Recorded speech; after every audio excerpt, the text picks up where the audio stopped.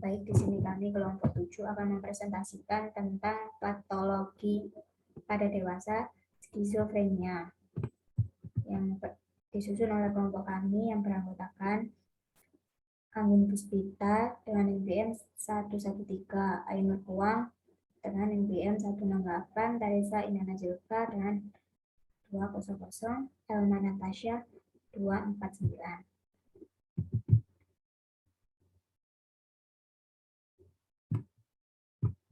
Pengertian skizofrenia. Skizofrenia adalah suatu penyakit yang mempengaruhi otak dan menyebabkan timbulnya pikiran, persepsi, emosi, gerakan, dan perilaku yang aneh dan terganggu. Skizofrenia ini tidak dapat didefinisikan sebagai penyakit sendiri, melainkan sebagai suatu proses penyakit yang mencakup banyak jenis dengan berbagai gejala seperti jenis kanker. Selama berpuluh-puluh tahun, skizofrenia sering disalahartikan oleh masyarakat. Skizofrenia adalah gangguan yang terjadi pada fungsi otak. Menurut Nancy Andreas tahun 2008 dalam buku Broken Brain, menyatakan bahwa bukti terkini tentang serangan skizofrenia merupakan suatu hal yang melibatkan banyak sekali faktor. Faktor-faktor itu meliputi perubahan struktur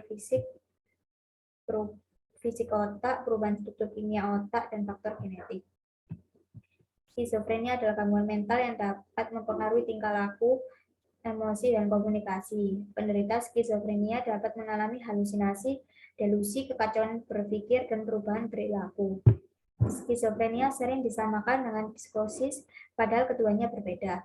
Psikosis hanyalah salah satu gejala dari gangguan mental seperti bipolar, delusi, depresi berat, dan skizofrenia. Meski gejala psikosis dapat muncul pada skizofrenia, tidak semua penderita skizofrenia pasti mengalaminya. Selanjutnya, kriteria skizofrenia berdasarkan DSM-5. Pertama, schizophreniform disorder. Kriteria diagnostik. Yang pertama, 2 dari berikut ini masing-masing hadir untuk porsi waktu yang signifikan selama periode 1 bulan atau kurang jika berhasil diobati.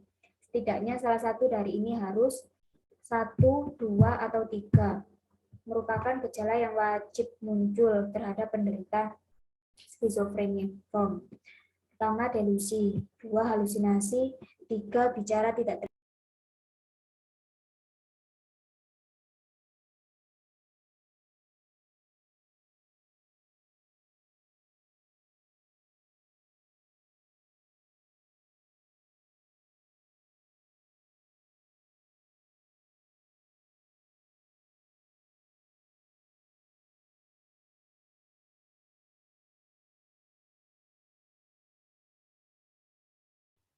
Ketiga, bicara tidak teratur, misalnya sering tergelincir atau tidak koheren. 4, perilaku yang sangat tidak teratur atau katatonik. 5, gejala negatif, yaitu berkurangnya ekspresi atau keinginan emosional.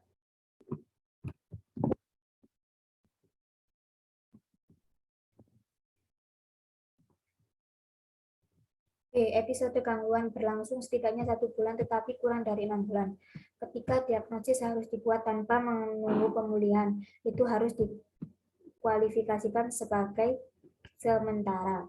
Gangguan skizoafektif dan gangguan depresif atau bipolar dengan ciri psikotik telah disingkirkan karena pertama, tidak ada episode depresif berat atau mani yang terjadi bersamaan dengan 2. Jika episodemu telah terjadi selama gejala fase aktif, mereka memiliki hadir untuk sebagian kecil dari total durasi periode aktif dan residual penyakit. D. Gangguan tidak disebabkan oleh efek fisiologis suatu zat, misalnya penyalahgunaan obat dan pengobatan atau kondisi medis lainnya.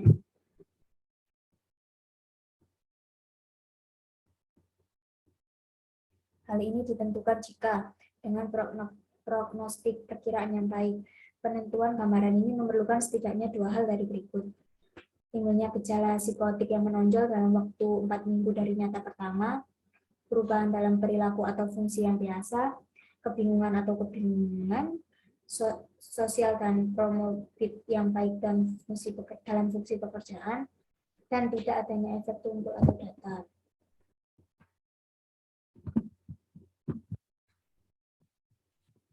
Kriteria diagnosis skizofrenia.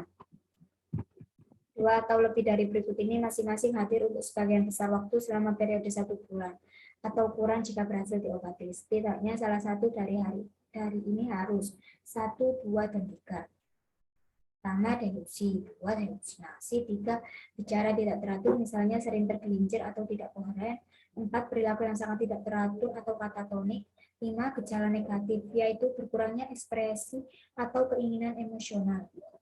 B, untuk sebagian waktu yang signifikan, sejak kaitan gangguan tingkat fungsi dalam satu atau lebih bidang utama, seperti pekerjaan, hubungan interpersonal, atau perawatan diri secara nyata, di bawah tingkat yang dicapai sebelum atau ketika onset pada anak-anak atau remaja, ada kegagalan untuk mencapai tingkat yang diharapkan dari fungsi interpersonal, akademik, atau pekerjaan. C. Tanda-tanda terus-menerus dari gangguan bertahan setidaknya selama 6 bulan. Periode 6 bulan ini harus mencakup setidaknya 1 bulan gejala atau kurang jika berhasil diobati. Yang memenuhi kriteria A, yaitu fase aktif gejala dan mungkin termasuk periode gejala prodromal atau residual. Selama prodromal atau periode residual ini, tanda-tanda gangguan dapat dimanifestasikan oleh hanya gejala negatif atau oleh 2 atau lebih gejala yang tercantum dalam kriteria A yang hadir dalam bentuk yang dilemahkan. Misalnya keyakinan aneh, tidak biasa pengalaman persepsi.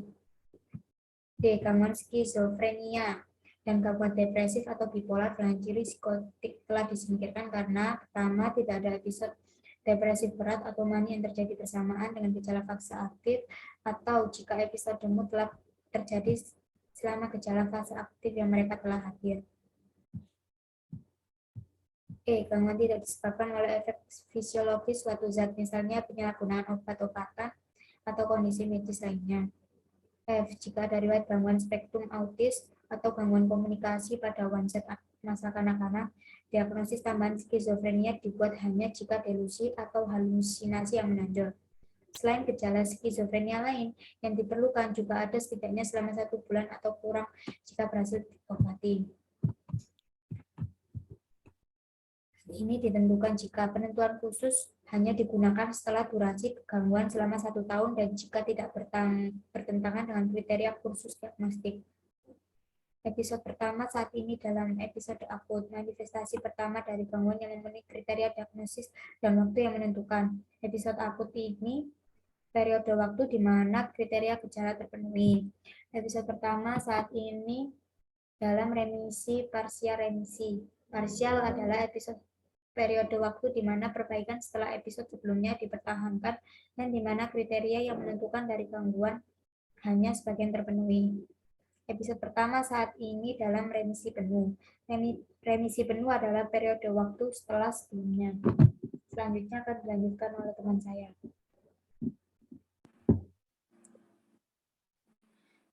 Yang selanjutnya adalah penyebab skizofrenia. Sampai saat ini, para ahli belum mengetahui apa yang menyebabkan seseorang mengalami skizofrenia. Meski demikian, para peneliti percaya bahwa ada beberapa hal yang dapat memicu penyakit ini. Beberapa hal yang dapat menjadi penyebab penyakit skizofrenia adalah yang pertama, masalah dengan keseimbangan kimia di otak, yang kadar dopamina dan glutamat di dalam otak yang tidak seimbang diyakini para ahli bisa menyebabkan penyakit ini. Yang kedua, perbedaan struktur otak. Studi pemindai saraf otak menunjukkan perbedaan dalam struktur otak dan sistem saraf pusat orang dengan penyakit ini. Yang ketiga, genetik. Faktor genetik atau keturunan bisa menjadi penyebab skizofrenia. Yang keempat, ada faktor lingkungan. Faktor lingkungan yang mungkin menjadi penyebab termasuk infeksi virus dan kekurangan beberapa nutrisi ketika masih dalam kandungan atau berada di lingkungan yang penuh tekanan dan mengakibatkan stres. Yang kelima, obat-obatan tertentu. Penyalahgunaan obat-obatan terlarang seperti narkotika disebut dapat menjadi penyebab skizofrenia. Adapun faktor risiko skizofrenia yaitu yang pertama, terdapat keluarga dengan riwayat skizofrenia. Yang kedua, infeksi virus, keracunan, dan kekurangan gizi saat masih di dalam kandungan, khususnya pada usia kandungan 6 bulan pertama. Yang ketiga, konsumsi obat-obatan yang mengubah pikiran, psikoaktif atau psikotropika selama masa remaja dan dewasa muda. Yang terakhir adalah penderita penyakit autoimun. Lalu selanjutnya pengobatan atau penanganan skizofrenia. Pengobatan skizofrenia membutuhkan waktu yang cukup lama. Bahkan setelah gejala mereda, pengobatan ini bertujuan untuk mengendalikan dan mengurangi gejala pada pasien skizofrenia paranoid. Berikut ini adalah beberapa metode pengobatan yang dapat dilakukan. Yang pertama, pemberian obat antipsikotik, yaitu dokter akan meresepkan obat antipsikotik untuk membantu meringankan gejala utama, yaitu delusi dan halusinasi. Antipsikotik bekerja dengan cara mempengaruhi senyawa kimia di dalam otak, terutama dopamin.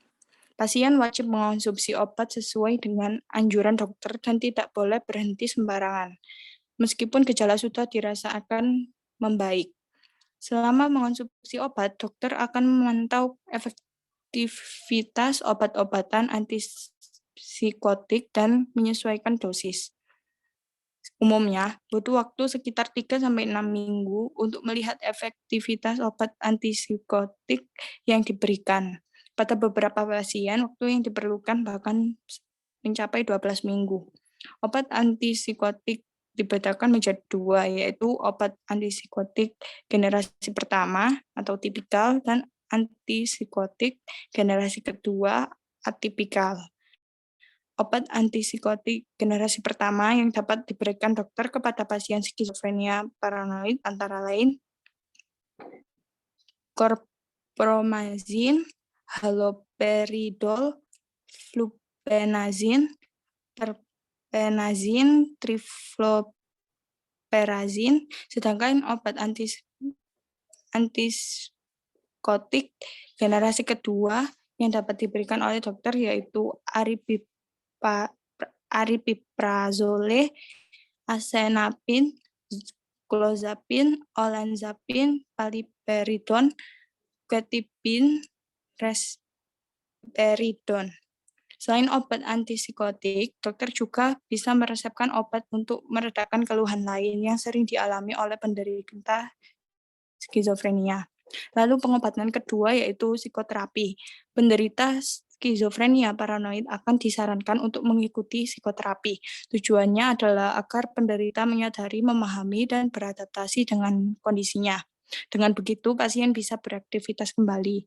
Beberapa metode psikoterapi yang bisa dilakukan untuk menangani skizofrenia yaitu yang pertama, perilaku kognitif. Perilaku kognitif bertujuan mengubah perilaku dan pola pikir pasien. Yang kedua, terapi remediasi kognitif.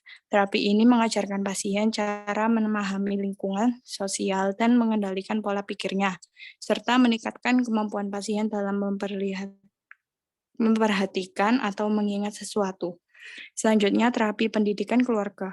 Pada terapi ini, psikiater akan mengajarkan pasien dan teman pasien bagaimana berinteraksi dengan pasien. Lalu, terapi pemaparan. Terapi ini membantu pasien membangun rasa optimisme dan keyakinan positif tentang diri sendiri dan orang lain. Yang terakhir, terapi elektrokonvulsif. Terapi ini menggunakan elektroda dengan arus listrik rendah.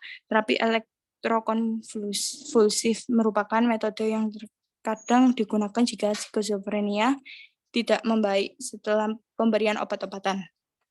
Terapi ini juga bisa meredakan gejala depresi berat.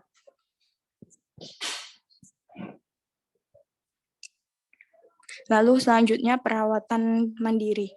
Selain dengan obat-obatan dan psikoterapi, penanganan skizofrenia paranoid juga perlu disertai dengan perawatan mandiri di rumah, seperti mengusahakan agar memiliki waktu tidur yang cukup, melakukan olahraga secara teratur, mengelola stres dengan cara yang positif, menjaga interaksi sosial dan mengikuti aktivitas yang melibatkan banyak orang, menerapkan pola hidup sehat seperti menghentikan kebiasaan merokok, minuman beralkohol, dan tidak mengonsumsi obat-obatan terlarang.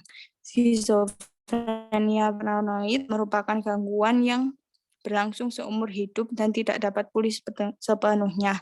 Namun dengan deteksi dini, penanganan yang tepat, dan adanya dukungan dari lingkungan serta keluarga, penderita skizofrenia paranoid dapat adaptasi dengan keadaannya. Selanjutnya akan dilanjutkan oleh rekan saya.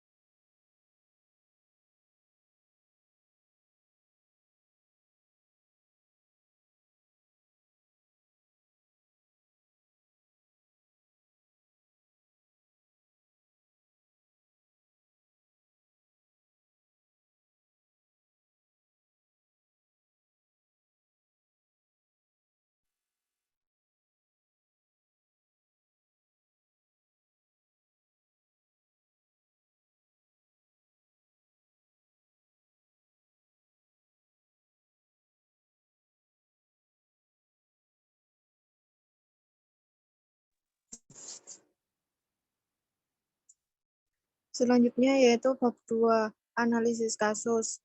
Yang pertama yaitu deskripsi kasus. Wanita 46 tahun datang dengan keluhan mengamuk tanpa alasan yang jelas. Sekitar 1 bulan sebelum masuk rumah sakit jiwa, keluarga pasien menyampaikan bahwa pasien sering terlihat bicara sendiri dan tertawa sendiri. Selain itu, pasien susah untuk diajak berkomunikasi, dan apabila ditanya, maka pembicaranya tidak menyambung dan sulit dimengerti. Keluhan disertai dengan sering menceramai anggota keluarganya dan juga tetangga sekitarnya. Pasien juga sering terlihat gelisah dan berjalan mondar-mandir tanpa tujuan. Pasien terlihat serta mengalami perubahan dalam perilaku, seperti hilangnya minat untuk beraktivitas sehari-hari, seperti jarang mandi, makan, dan pasien sering terlihat jarang tidur pada malam hari. 3 hari sebelum masuk rumah sakit jiwa, keluarga pasien menyampaikan bahwa pasien mengamuk tanpa sebab yang jelas. Namun, pasien dirinya pada saat itu diberi kekuatan untuk menyembuhkan dan mengemban tugas untuk mengajak orang ke jalan yang benar. Namun menurut keluarganya, pasien tampak mengamuk dan memarahi orang-orang di sekitarnya tanpa alasan jelas. Pasien mengatakan sering mendengar bisikan-bisikan ada orang yang tidak menyukai dirinya. Selain itu, pasien melihat bayangan makhluk besar bermata merah. Saat pemeriksaan di rumah sakit jiwa setelah 5 hari perawatan, pasien masih terlihat bicara sendiri dan suka bernyanyi sendiri, serta sering menceramahi orang di sekitarnya. Pasien mengatakan dan merasa bahwa dirinya tidak sakit, sehingga dia tidak tahu alasan mengapa ia dibawa ke rumah sakit. Next.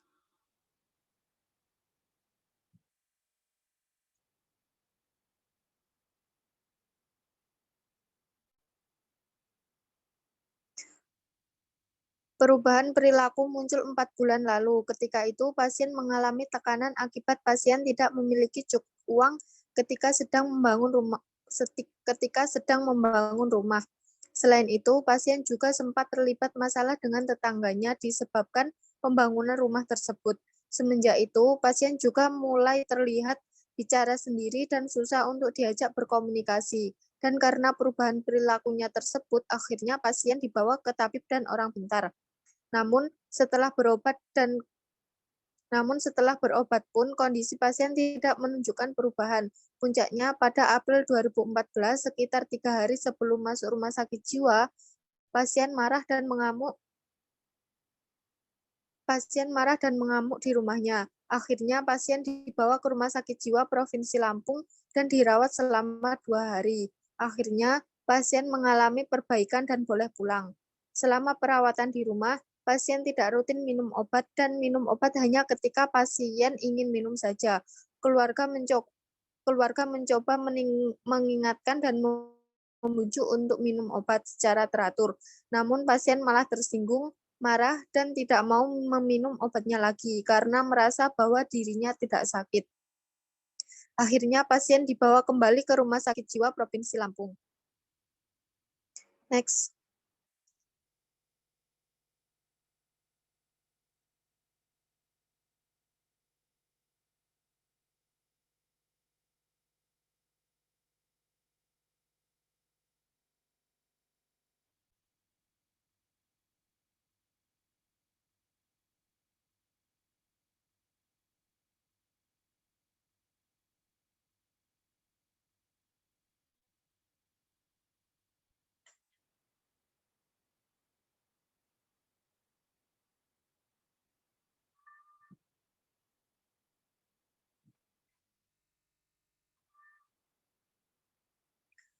Pasien tidak pernah mengalami kejang atau epilepsi.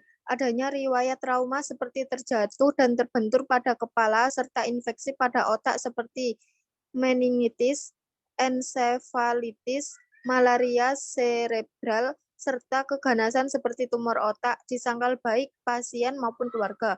Adanya riwayat penyakit seperti diabetes mellitus, asma, penyakit jantung dan paru-paru, serta penyakit yang mengharuskan pasien minum obat dalam jangka waktu lama disangkal oleh pasien maupun keluarga.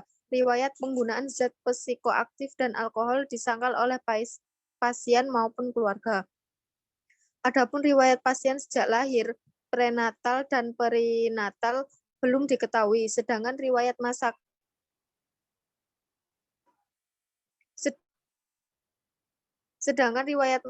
kanak awal umur 0 sampai 3 tahun, pasien tidak ingat masa kanak-kanaknya. Keluarga pasien mengatakan bahwa pasien mengalami masa pendidikannya di sekolah dasar, namun hanya sampai kelas 4 SD, dikarenakan kesulitan ekonomi. Pada masa kanak akhir dan remaja, pasien mengatakan bahwa pasien memiliki banyak teman saat di bangku SD, namun masa dewasa meliputi riwayat pekerjaan sehari-hari, pasien bekerja sebagai tukang pijit, riwayat psikoseksual pasien yaitu pasien menikah dengan dan dikaruniai 4 orang anak. Pasien beragama Islam dan rajin beribadah.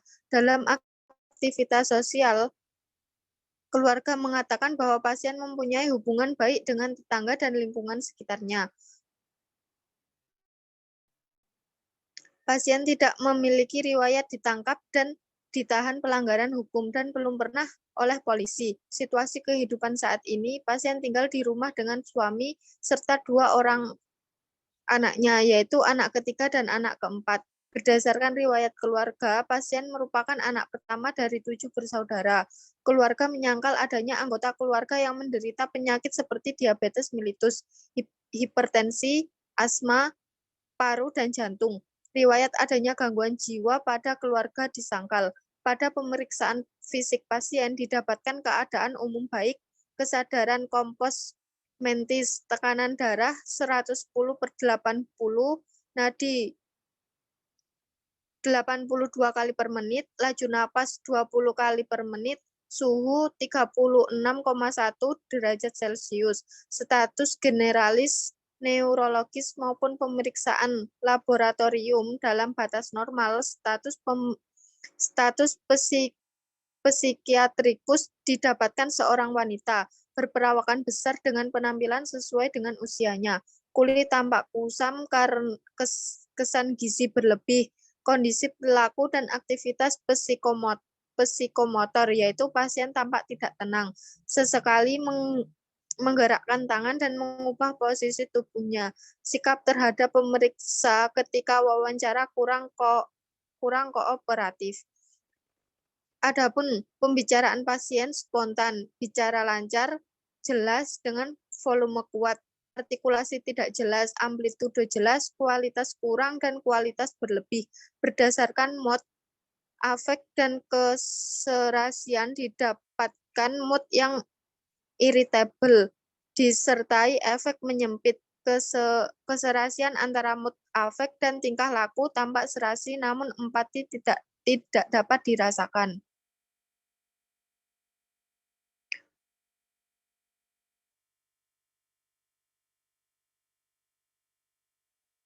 Next.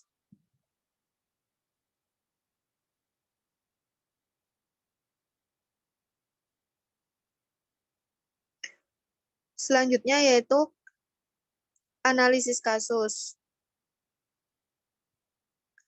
Ada gejala, muncul atau tidak. Yang pertama yaitu berbicara sendiri dan mengamuk dengan alasan yang tidak jelas, yaitu muncul, selalu merasa benar. Muncul, kejang atau epilepsi, tidak muncul, mudah tersinggung, muncul. Yang selanjutnya akan dijelaskan oleh teman saya.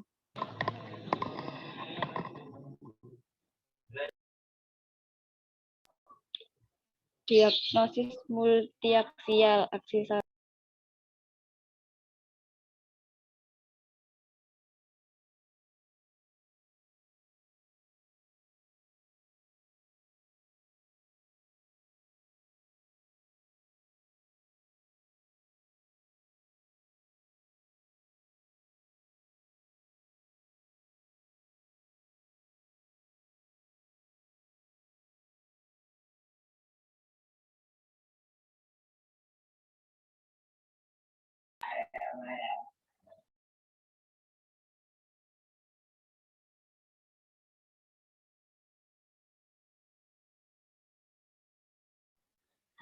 Diagnosis multiaksial, aksi 1, skizofrenia paranoid F20.0, aksi 2, skizoafektif F25, aksi 3 tidak ada, aksi 4, masalah ekonomi, ketidakpahaman pasien dan kondisi penyakit, aksi 5, GAF35.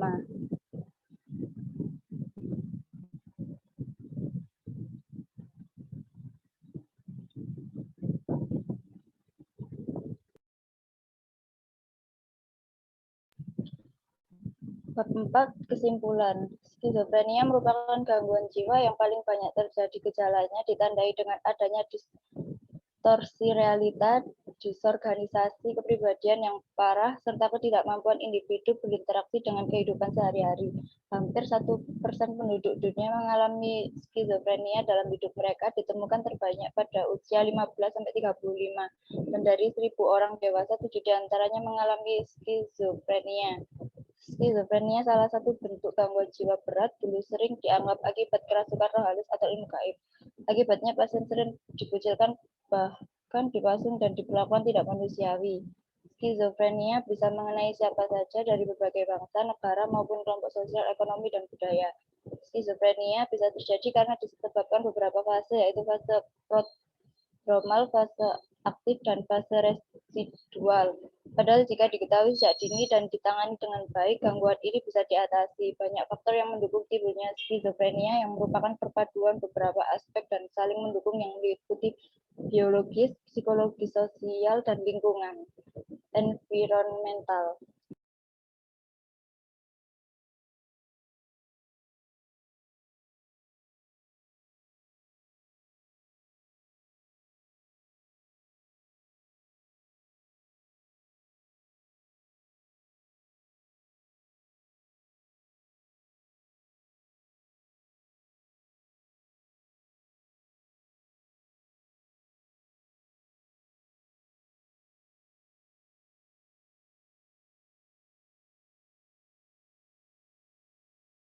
Sekian presentasi dari kelompok